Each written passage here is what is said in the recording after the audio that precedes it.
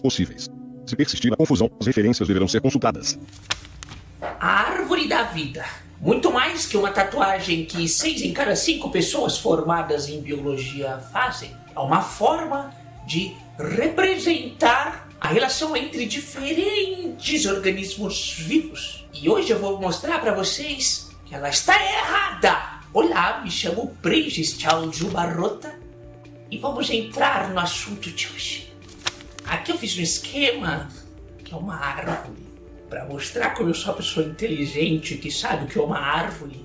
E vamos ver sobre isso. As primeiras árvores da vida que foram feitas dentro das ciências da natureza levavam em conta o que a gente chama de morfologia. Morfologia sendo o formato do corpo dos diferentes organismos. E antes mesmo de entrar na morfologia, a primeira pessoa que fez um esboço do que seria essa árvore foi o jovem Charles Darwin. E aqui é bom destacar que ele não foi o primeiro que tentou representar a relação evolutiva entre os organismos numa árvore. Não foi o primeiro, mas é o que mais usamos hoje em dia. Aqui temos o desenho que ele fez no caderninho dele. Então aqui vemos o I think, ele mostrando que ele pensa. E aqui temos o desenho que representa essa árvore evolutiva. Aqui esse número 1 sendo o primeiro organismo vivo.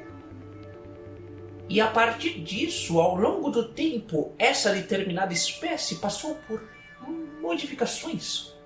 Em determinados pontos, por N motivos, 2 grupos dessa espécie se diferenciaram e passaram a não cruzar entre si. Conforme foi passando o tempo, novos grupos foram se modificando pelo processo que chamamos de especiação. E aqui, as letrinhas, o A, o B, o C e o D, seriam espécies que vivem hoje em dia. E aqui embaixo vemos espécies que foram extintas e não chegaram nos dias de hoje. Partindo desse desenho e dessa noção geral, vamos para outro autor, que é o Ernst Haeckel. Ernst Haeckel, ele foi um dos maiores divulgadores do Darwin em sua época na Alemanha. Dentre os seus trabalhos, vários deles são tidos hoje muito como controversos e completamente complicados e abomináveis, porque ele criou formas de classificação de diferentes etnias humanas para defender basicamente teorias racistas. Dentre outras contribuições, além de racismo, temos a cunhação do termo filogenia para nomear esse tipo de representação visual, em que tentamos relacionar diferentes espécies ao longo do tempo em um formatinho de árvore. E aqui em 1866 temos uma das suas principais árvores feitas, tem várias, mas aqui temos um exemplo que mostra essa relação que ele traz entre diferentes grupos de organismos vivos na sua época. Aqui ele vai separar os diferentes grupos em 4 diferentes reinos. Então, plante, que é o reino das plantas, o reino dos protistas, o reino animalia dos animais e o reino monera. Aqui teríamos os organismos microscópicos, tidos como os mais simples. E aqui no protista, organismos microscópicos mais complexos. E aqui a gente consegue ver essa separação em que ele faz.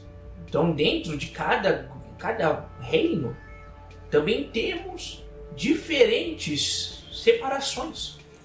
E aqui vemos o que foi mostrado pelo Darwin. Então, aqui teríamos o antepassado em comum entre esses 3 reinos, e a partir daqui chegaríamos no que temos hoje em dia. Saindo dessa visão morfológica, nós vamos agora para uma interpretação ecológica. Aqui temos Robert Whittaker, que em 1969, então veja que temos grandes saltos entre cada uma dessas árvores. Não quer dizer que só essas pessoas falaram sobre isso, que foi uma sequência, passo a passo, de melhoria ou coisa do tipo. Um monte de pessoas falaram sobre esses assuntos e aqui é só um recorte para vocês. Então, não digam que eu falei o que eu não disse. E o Whittaker, ele vai criar a noção que temos até hoje de 5 reinos. Então, essa divisão seria feita entre Plante, Fungi, Animalia, Protista e Monera.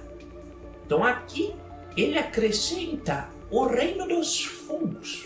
E como eu disse para vocês, essa separação foi utilizada, obviamente que essa questão morfológica,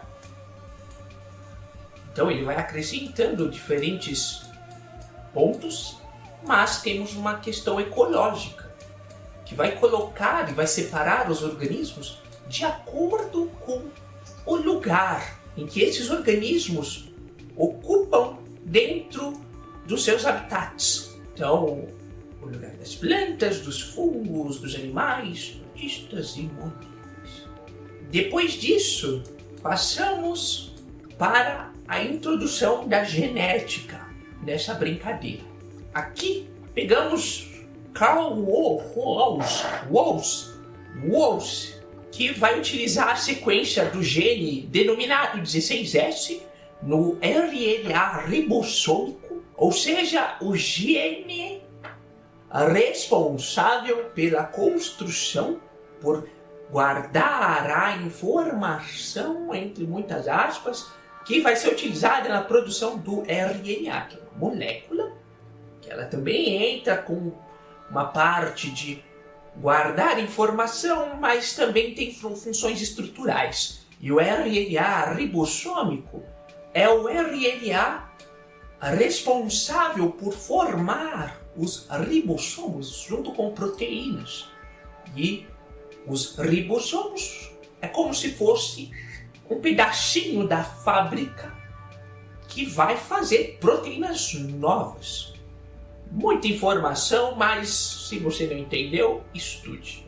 E aqui ele vai utilizar isso para criar uma classificação que separa os organismos em 3 domínios. E aqui temos os 3 domínios. Ele mostrou pra gente que esse gene 16S possui grandes diferenças entre 3 grupos. O grupo das bactérias, já falamos, dos organismos unicelulares que não possuem um núcleo, que não possuem organelas membranosas, basicamente. E eucária, que seriam os organismos com células mais complexas. E aqui entra todo mundo, fora das bactérias. Mas aqui teríamos as árqueas, que também são micro-organismos que anteriormente eram jogados no mesmo grupo das bactérias. Mas ele mostra pra gente que não, elas são bem diferentes umas das outras. E partindo disso, ele vai mostrar pra gente, vai trazer a noção de que a história evolutiva de um gene pode representar a história evolutiva de uma espécie ou de um grupo, de diferentes grupos, de diferentes espécies. E agora saímos dessa noção, mas ainda partindo do conceito da genética. E vamos entrar na parte que a brincadeira fica muito mais legal, que são as transferências horizontais de gene. O que é isso? Antigamente pensávamos que genes só poderiam ser transmitidos para diferentes organismos pela reprodução. Então, no primeiro momento seria assim, os organismos reproduzem aquelas, quando entramos em animais, plantas, fungos, enfim, com a reprodução sexuada, naquela reprodução sexuada a gente teria a produção de um novo organismo unindo 2 grupos de genes de indivíduos diferentes. Só que sabemos hoje, depois de muitos estudos, que não é só assim que acontece. E a maioria delas acontece dentro de bactérias. A gente teria essas três: a transformação, a conjugação e a transdução. Aqui nesse desenho ele mostra pra gente. A conjugação é uma das formas, ou é a forma de reprodução sexual das bactérias. Bactérias podem se reproduzir de forma assexuada. Elas conseguem produzir de uma bactéria, ela consegue se dividir em duas cópias com a mesma quantidade de genes que a célula mãe, entre aspas, teria.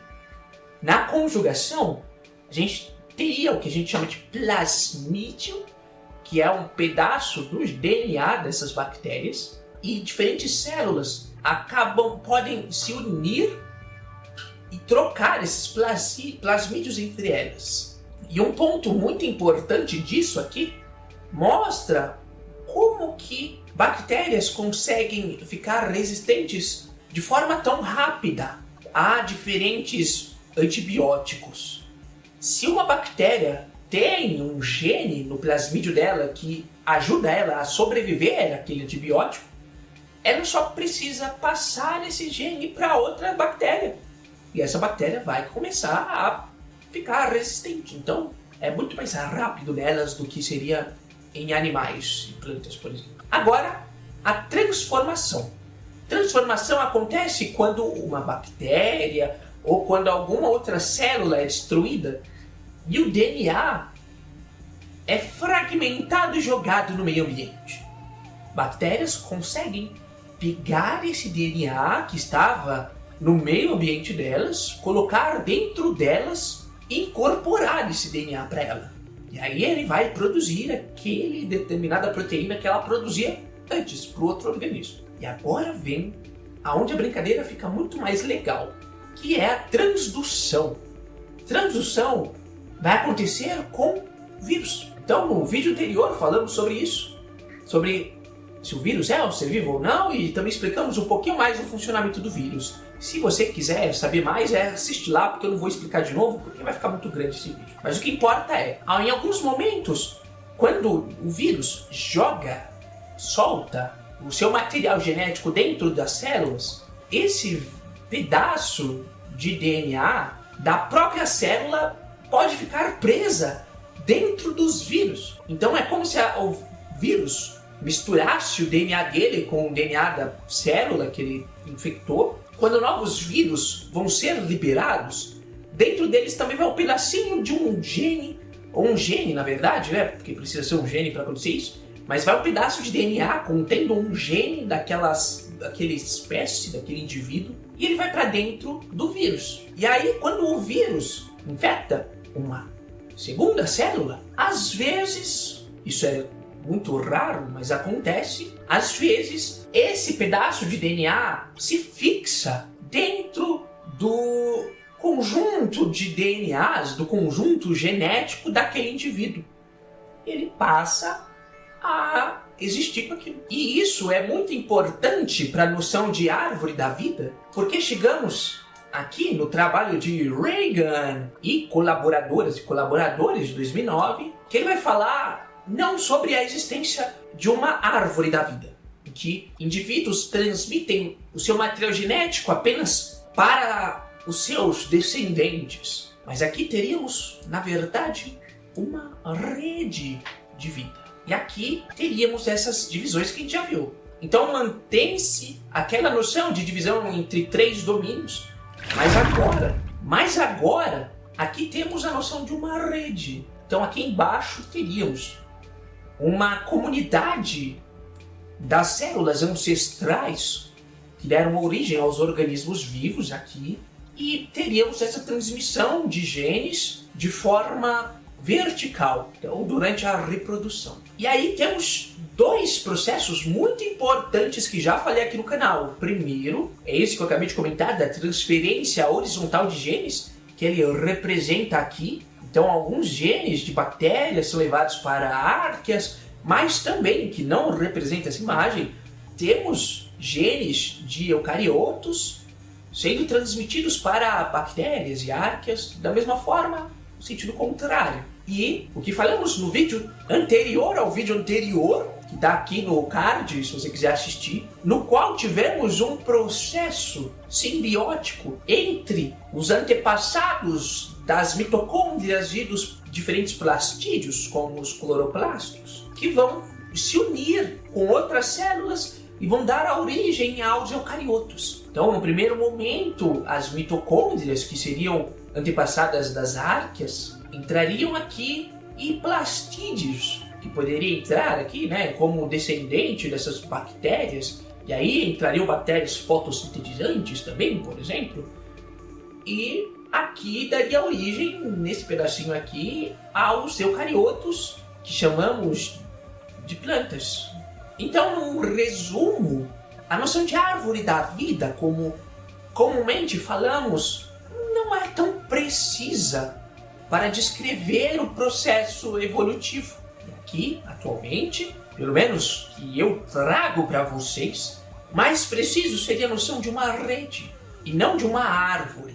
Então, por hoje é isso. E aí, para terminar, olha que bonito que ficou essa árvore que eu trouxe para vocês. Nossa, eu merecia um like, um pix, não sei, vocês escolhem aí. Então, ficamos por aqui essa semana, e na semana que vem temos vídeos novos aqui no canal.